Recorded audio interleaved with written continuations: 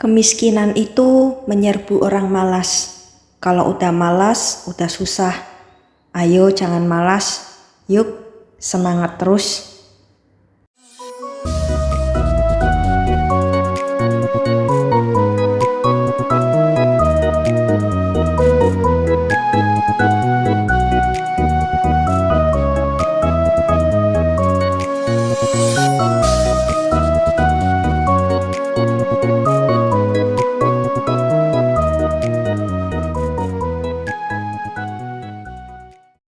Jerat pinjaman online.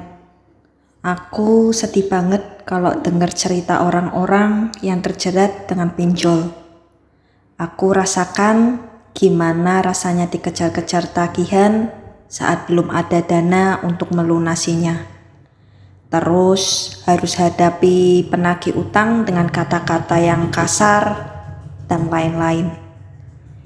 Memang hidup itu harus bijak mengelola keuangan supaya jangan jadi batu sandungan agar hidup kita bisa menjadi berkat.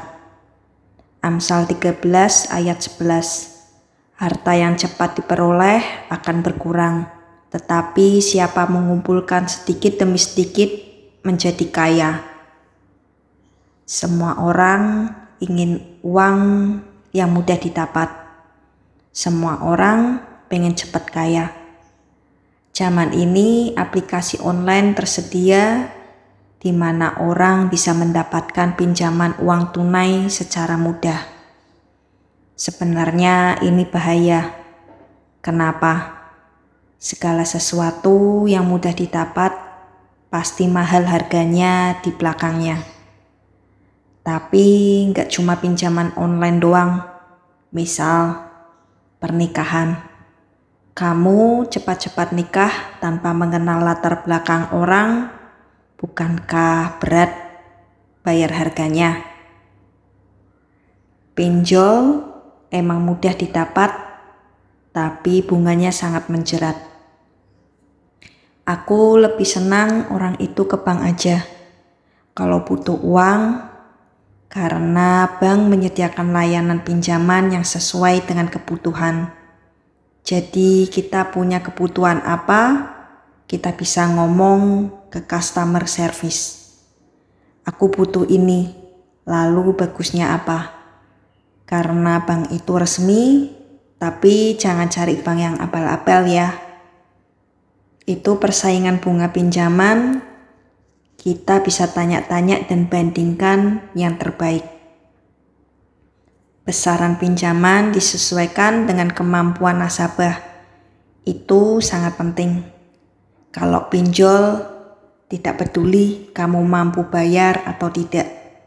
Kalau bank memastikan kamu mampu bayar, baru mereka pinjamkan. Hutang itu seharusnya hanya boleh untuk investasi yang bernilai. Maksudnya, sesuatu yang kita beli itu meningkat nilainya. Contoh, KPR rumah. Karena kalau kita beli cash, mungkin sangat terlalu besar. Kalau kita bisa cicil dengan KPR itu, pasti disesuaikan dengan kemampuan kita. Berapa kemampuan kita berhutang, itu maksimal 30% dari penghasilan kita. Penghasilan kita bulanan harus jauh lebih besar dari cicilan hutang kita. Kalau misal lebih besar dari cicilan hutang kita yang akan tercekik.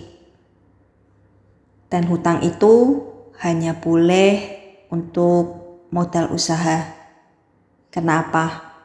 Karena kalau dipakai untuk modal usaha, akan memberikan penghasilan atau keuntungan yang lebih besar nilainya daripada cicilan bulanannya, termasuk bunganya.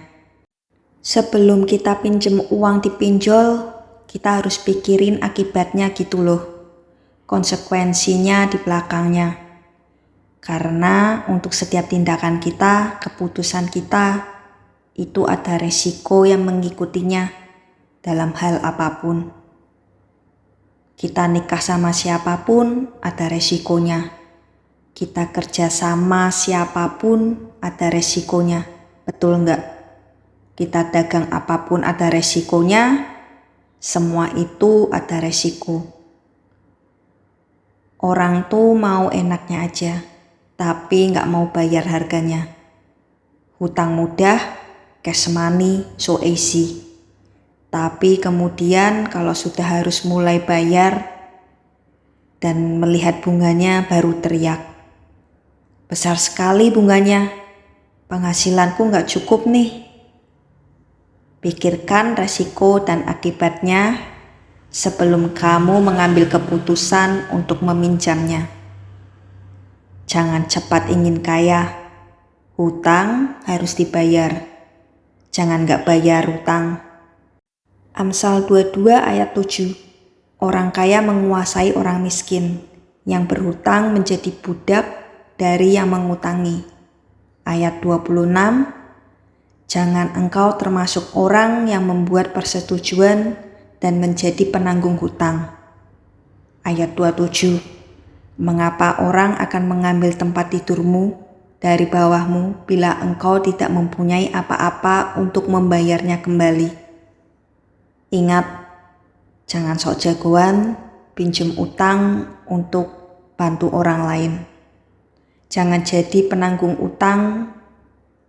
Kalau disuruh, ayo tarikin uang tunaimu di kartu kreditmu. Siapa yang bayar? Ada nih temanku kemarin, teman baiknya pinjem kartu kreditnya untuk tarik tunai. Sekarang dia malah lari, terus yang harus bayar temanku sendiri kan? Tahu kan kamu, banyak sekali orang yang terjerat pinjaman online. Dan itu membuat mereka stres, depresi, bahkan ada yang bunuh diri. Kenapa sih mereka sampai berhutang? Kenapa pinjaman online? Yang pertama, karena butuh uang untuk pengobatan, untuk bayar kuliah, untuk penghidupan, dan ada lagi untuk kemewahan. Padahal pinjol tidak boleh digunakan untuk hal-hal yang konsumtif. Contohnya untuk makan, liburan, kendaraan, pakaian, dan kemewahan. Kalau misal kamu harus gesek kartu kredit, pastikan kamu bisa bayar kembali. It's okay pakai kartu kredit untuk keperluan mendadak. Maaf kalau pinjol itu sebenarnya nggak boleh digunakan untuk orang-orang yang nggak mampu. Karena orang yang nggak mampu akan pakai uang itu untuk penghidupan alias konsumtif. Keluaran 22 ayat 25. Jika engkau meminjamkan uang kepada salah seorang dari umatku, orang yang miskin di antaramu, maka janganlah engkau berlaku sebagai seorang penagih hutang terhadap dia. Janganlah kamu bebankan bunga uang kepadanya. Kita nggak boleh makan bunga orang susah. Misal ada temanmu atau saudaramu susah, kamu bantu mereka, jangan tagih bunganya. Nggak boleh. Makan riba itu dosa. Karena kita bantu orang susah, masa dibungani. Lain ceritanya kalau pinjaman online untuk usaha. Contoh, untuk ojek online. Firman Tuhan mengajarkan jangan makan bunga dari orang susah. Kita akan bahas satu-satu ya. Yang pertama, bagaimana kalau untuk biaya berobat? Zaman sekarang sudah ada BPJS dari pemerintah yang biayanya relatif sangat murah dan ada kelasnya juga. Dan kalau kamu bekerja, biasanya sudah ada potongan untuk biaya BPJS. Nah, kalau misal ada masyarakat yang nggak mampu bayar BPJS gimana? Ada kartu sehat, Kemudian bisa didukung surat keterangan gak mampu dari RT setempat. Dan biaya pengobatannya malah cuma-cuma. Bagaimana kalau tidak punya uang untuk biaya kuliah? Pendidikan memang sangat penting dengan sandang, pangan, dan papan. Tidak perlu cari sekolah yang punya nama. Kuliah bisa sambil kerja atau usaha. Bisa ambil kuliah malam, siangnya atau paginya bisa kerja. Universitas tuh nggak perlu yang mahal. Keren nggak kerennya universitasmu tidak menentukan kesuksesanmu. Jangan sampai kita diperbudak sama brand. Hidup jangan karena gengsi. Nanti yang susah kita sendiri. Sekarang banyak loh contoh-contoh anak-anak yang nggak kuliah malah lebih kaya daripada yang sarjana. Bagaimana kalau tidak punya uang untuk hidup, kerja atau usaha? Dan jangan punya gaya hidup yang tinggi. Ubah gaya hidup kita dan jangan ikut-ikutan orang lain. Belajar bijak mengelola keuangan. Karena sebesar apapun penghasilan, kalau kita nggak bijak, nggak pernah cukup. Gaji naik, gaya hidup naik. Kapan pernah cukupnya? Ingat, kita nggak perlu malu, kerja apa saja yang penting halal. Amsal 6 ayat 6-8. Hai pemalas, pergilah kepada semut, perhatikanlah lakunya dan jadilah bijak. Biarpun tidak ada pemimpinnya, pengatur atau penguasanya, ia menyediakan rotinya di musim panas dan mengumpulkannya makanan pada waktu panen. Kalau kita nggak punya inisiatif, berarti kalah sama semut. Amsal 6 ayat 9-11. Hai pemalas, berapa lama lagi engkau berbaring? Bilakah engkau akan bangun dari tidurmu? Tidur sebentar lagi, mengantuk sebentar lagi, melipat tangan sebentar lagi untuk tinggal berbaring. Maka datanglah kemiskinan kepadamu seperti seorang penyerbu dan kekurangan seperti orang yang bersenjata. Kemiskinan itu menyerbu orang malas. Kalau udah malas tuh udah susah. Ayo, jangan malas yuk, semangat terus. Kalau kamu ingin membantu orang dengan memberikan pekerjaan, harus siap dikecewakan dan harus mau mendidik orang itu. Amsal 26 ayat 10. Siapa mempekerjakan orang bebal dan orang-orang yang lewat, maksudnya yang tidak kita kenal, seperti pemanah yang melukai tiap orang. Yang jujur, kerja keras, berintegritas, rajin dan takut sama Tuhan biasanya nggak akan pernah susah untuk mencari kerja. Seperti di Amsal 22 ayat 29. Pernahkah engkau melihat orang yang cukup dalam pekerjaannya di hadapan raja-raja? Ia akan berdiri bukan di hadapan orang-orang yang hina.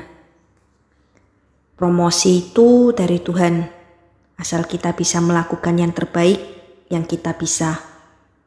Yang terakhir, udah dagang, udah berusaha, tapi gak maju-maju. Gimana dong? Pertama, belajar dari orang lain yang berhasil. Rendahkan hatimu, lihat orang lain yang berhasil dan datangi dia. Dan minta ajari. Yang kedua, minta feedback jujur dari customer. Kalau kita mau maju, jangan takut dikritik orang. Tapi kebanyakan orang gak suka dikritik. Diperbaiki dan mau meningkatkan kualitasnya. Rendah hati untuk dinasehati dan mau berubah.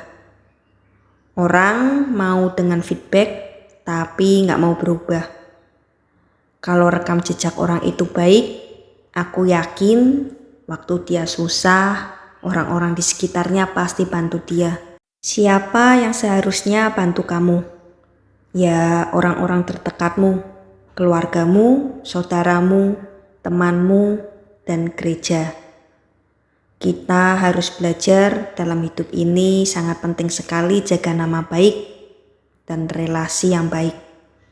Karena gini, kalau orang itu kenal kita dan kita baik sama mereka, waktu kita susah, mereka pasti tolong kita. Jangan menabur yang tidak baik kalau kamu mau menuai yang baik. Dan jangan pinjam online sembarangan. Tuhan Yesus memberkati.